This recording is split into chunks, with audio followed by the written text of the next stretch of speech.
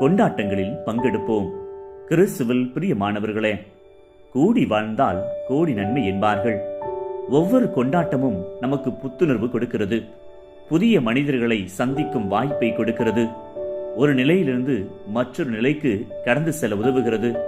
பலர் கொண்டாட்டங்களில் பங்கெடுப்பதை தவிர்க்கிறோம்.